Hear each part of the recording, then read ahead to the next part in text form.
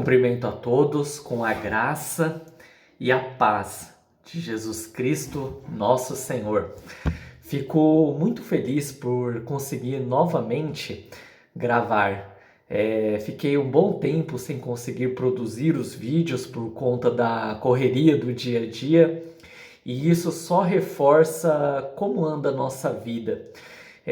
Sempre muito atarefados, parece que sempre estamos atrasados com tudo, tudo é corrido, e com isso a nossa busca por Deus, o nosso momento de comunhão com Deus, acaba sendo também afetado.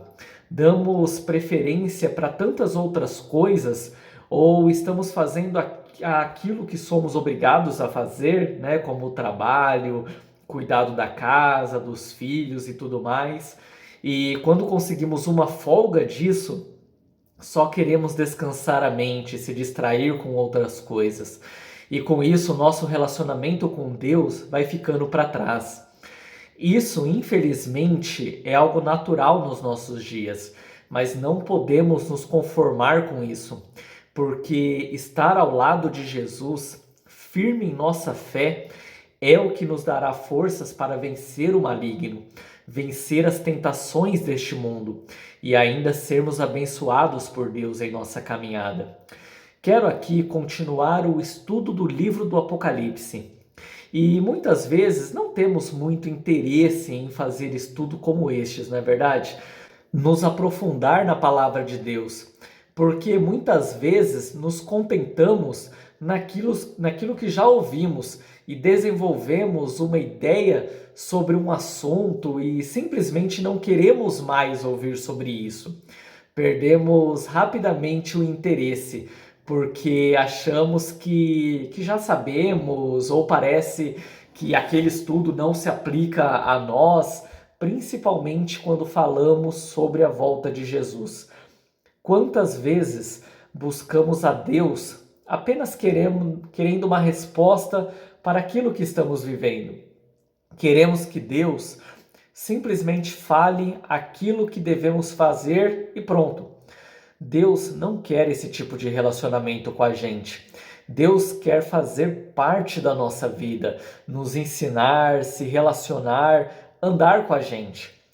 É interessante quando estudamos a história de Jesus, vemos que ele andava de cidade em cidade ensinando nas sinagogas. E é dito que Jesus só falava por parábolas, ou seja, Jesus não falava de uma forma direta às pessoas. Ele contava uma história e dentro dessa história ele transmitia a mensagem da verdade.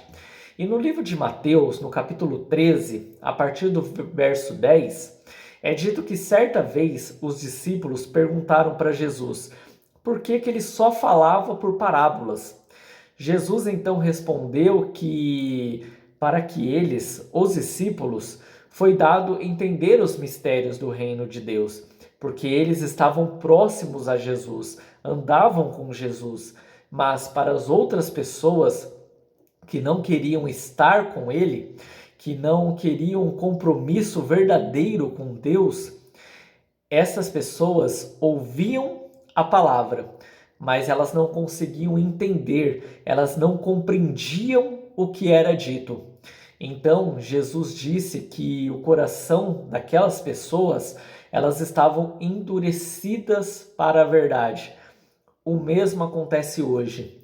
Deus não quer ficar falando aquilo que a gente deve fazer, como que dando um passo a passo do que devemos fazer, sem que a gente tenha que pensar naquilo, simplesmente obedecer.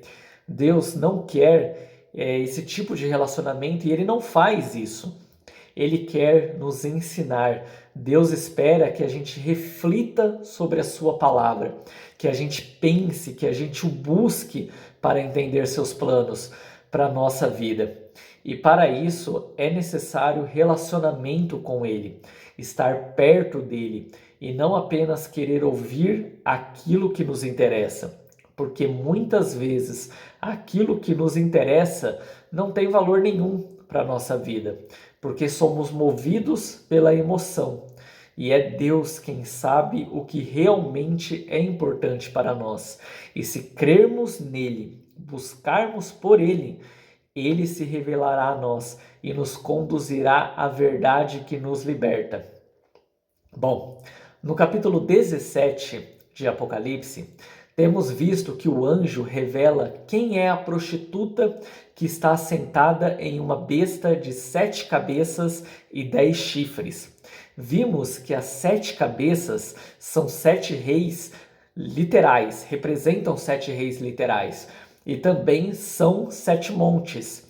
Não vou me concentrar nisso hoje, porque falei muito a respeito disso nos outros vídeos, mas só para nos lembrar. A prostituta é a igreja cristã que se corrompeu, que se afastou da verdade de Deus, ainda que se diz cristã, e a besta é o poder que existe por trás dela, o poder político, o poder de influência mundial. E tudo isso nós encontramos no Vaticano, a igreja com maior poder político mundial. As 7 cabeças da besta representam 7 reis, que são os últimos 7 papas mundiais, que se tornaram reis a partir da criação do Vaticano, no ano de 1929. E o 8º rei, ou 8º papa, será a própria besta. Ou seja, ele vai receber todo o poder para agir, toda a autoridade para agir no mundo. E nisso que eu gostaria de falar um pouco hoje. De que forma que ele vai receber este poder? Vamos ler a passagem em Apocalipse 17, 12 e 18? Diz assim: E os 10 chifres que viste são 10 reis, que ainda não receberam um reino, mas receberão poder como reis por 1 hora, juntamente com a besta. Eles têm o mesmo intento e entregarão o seu poder e autoridade à besta. Eles combaterão contra o Cordeiro, e o Cordeiro os vencerá, porque é o Senhor dos senhores e o Rei dos reis. Vencerão os que estão com ele, chamados e eleitos e fiéis. Aqui é dito que esta besta tem 10 chifres. Estes 10 chifres são 10 reis que ainda não receberam o reino. Aqui está dizendo que são 10 poderes que se levantarão na terra junto com a besta e terão poder com ela. Então, 10 forças mundiais que estarão unidas com o anticristo. E a grande pergunta é: quem são essas 10 potências? Hoje, não sei responder. Alguns dizem que são os 10 países mais fortes economicamente falando e com maior poder bélico, que tem um exército poderoso. Outros dizem que esses 10 chifres são blocos econômicos como o Mercosul, União Europeia e tudo mais. Enfim, hoje não tem como saber ao certo quem são, porque a palavra diz que eles ainda não receberam o reino e só receberão o poder junto com a besta. Ou seja, quando o anticristo se levantar ou receber o poder para agir no mundo, eles estarão junto e receberão o poder junto com ele. Neste ponto aqui, quero fazer um parênteses e dar minha opinião. Não é o que a palavra está dizendo, é a minha percepção, o meu entendimento, tá bom? Por tudo aquilo que eu tenho visto acontecer, pela tendência dos fatos mundiais, eu hoje acredito que o anticristo irá se revelar assumindo poder em uma liderança a favor do clima mundial. Eu acredito que uma liderança será estabelecida para cuidar disso. Uma liderança que estará acima dos governos mundiais, porque o clima é algo que afeta o planeta inteiro, está acima de qualquer governo e é uma causa que tem a ver com o propósito do anticristo, falar da salvação do planeta, se colocar como aquele que vai salvar a Terra, como quem tem poder para isso e quem está à frente disso tudo é o Papa. Acompanhando as notícias, vemos que ele tem liderado essa questão e promovido encontros com lideranças mundiais e realmente se empenhado nessa questão. No meu modo de ver, Isso pode ser o fator determinante para o anticristo se revelar. E quando esta liderança for formada, 10 poderes serão estabelecidos para estar junto com o anticristo nessa causa. Mas isto é a minha opinião e não o que a palavra está dizendo. O que a Bíblia está dizendo é que 10 poderes surgirão junto com o anticristo. Ainda não sabemos ao certo em que circunstâncias isso se dará, tá bom? Lemos que esses 10 reis, receberão poder por 1 hora. Isso significa um curtíssimo espaço de tempo. Será por muito pouco tempo que existirá essa união. Durante este tempo, estes 10 reis entregarão seu poder à besta. Ou seja, eles se submeterão ao anticristo. Eles estarão a serviço do anticristo. E todos eles estarão juntos neste objetivo de entregar o seu poder à besta. Vimos que eles combaterão contra o Cordeiro, eles vão lutar contra Jesus. E é interessante pensar de que forma acontecerá essa batalha, porque quando Jesus voltar, ele não vai batalhar contra ninguém. O que a palavra diz é que Jesus voltará em glória e majestade, e que o mundo se desfará com a manifestação da sua vinda. E todo aquele que ama de verdade se encontrará com ele nos céus. Então esta batalha que a palavra que diz que a besta vai promover é contra a palavra de Deus. Podemos compreender dessa forma. É uma perseguição ou tentativa de destruir por completo a verdade da salvação em Jesus. Eles vão tentar anular a Cristo, fazer de Jesus uma pessoa irrelevante. Eles vão lutar contra a verdade. E uma forma de fazer isso, veremos agora no versículo 15 ao 18, que diz o seguinte: E disse-me, as águas que viste, onde se assenta a prostituta, são povos e multidões e nações e línguas. E os 10 chifres que viste na besta são os que odiarão a prostituta e a colocarão desolada e nua, e comerão a sua carne e queimarão no fogo, porque Deus tem posto em seus corações que cumpram o seu intento e tenham uma mesma ideia, e que deem à besta o seu reino, até que se cumpram as palavras de Deus. E a mulher que viste é a grande cidade que reina sobre os reis da terra. Primeiro, no versículo 15, diz que a prostituta, que é a igreja que se corrompeu, está assentada sobre muitos povos, línguas e nações. Isto é um fato. A Igreja Católica está presente no mundo inteiro e exerce influência no mundo todo. Mas, ainda que a Igreja, como instituição, tenha se corrompido, ela continua sendo uma igreja cristã e existem muitas pessoas dentro dela com a fé verdadeira. Pessoas que verdadeiramente seguem a Deus e creem em Jesus Cristo, que têm o coração sincero e busca a Deus.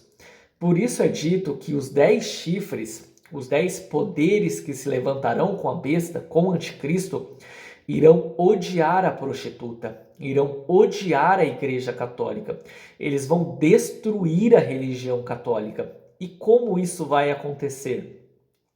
Não sabemos até que aconteça. Acho pouco provável que os templos sejam destruídos. Acredito que não seja isso, mas sim a mensagem de Deus, a mensagem de Jesus Cristo será completamente abolida da religião. O poder da igreja, a influência da igreja será tirado. O anticristo vai se colocar nessa posição de poder e destaque.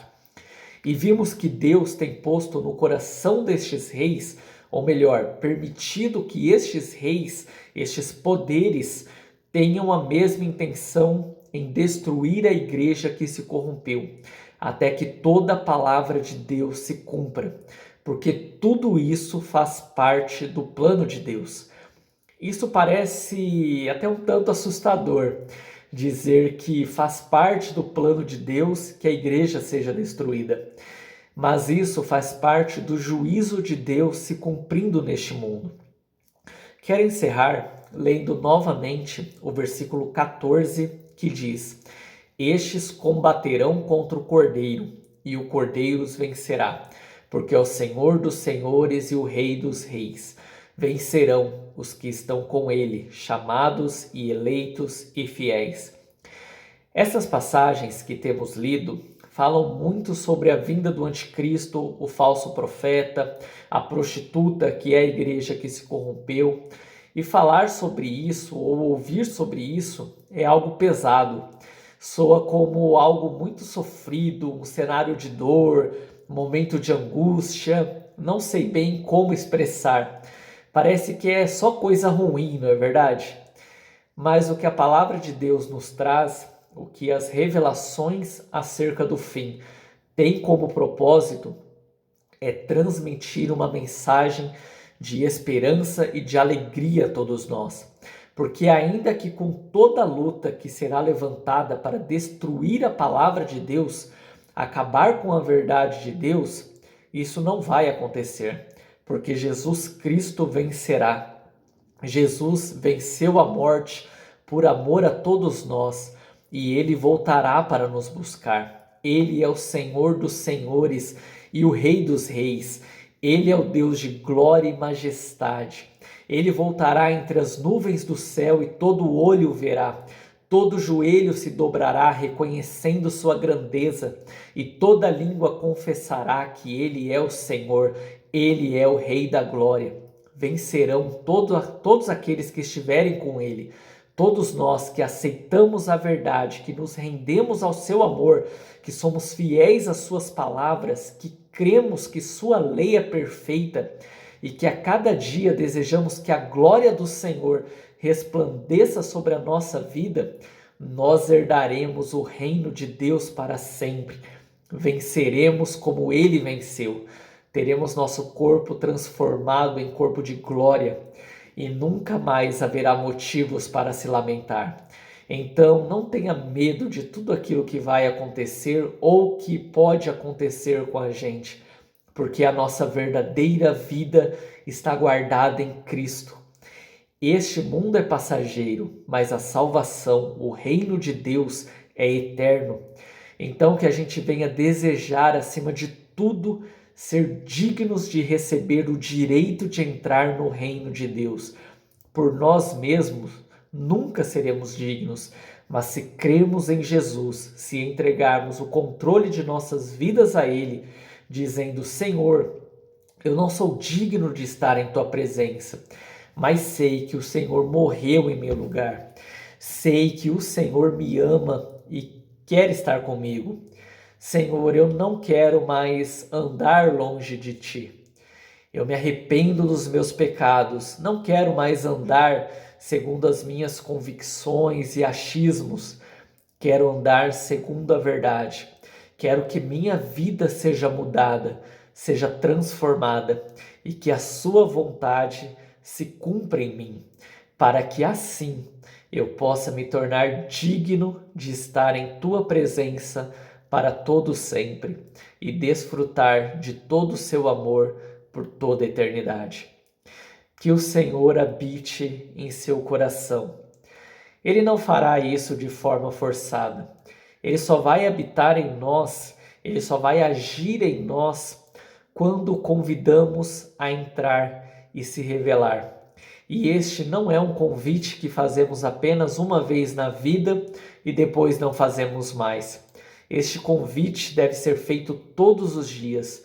Todos os dias precisamos pedir: Senhor, vem e reine sobre a minha vida. Que o Senhor os ilumine os seus caminhos e derrame bênção sobre a sua vida. E lembre-se, Jesus Cristo é o único caminho. Ele é a verdade e Ele é a vida. Somente por Ele nos tornamos dignos de entrar no reino dos céus. Amém?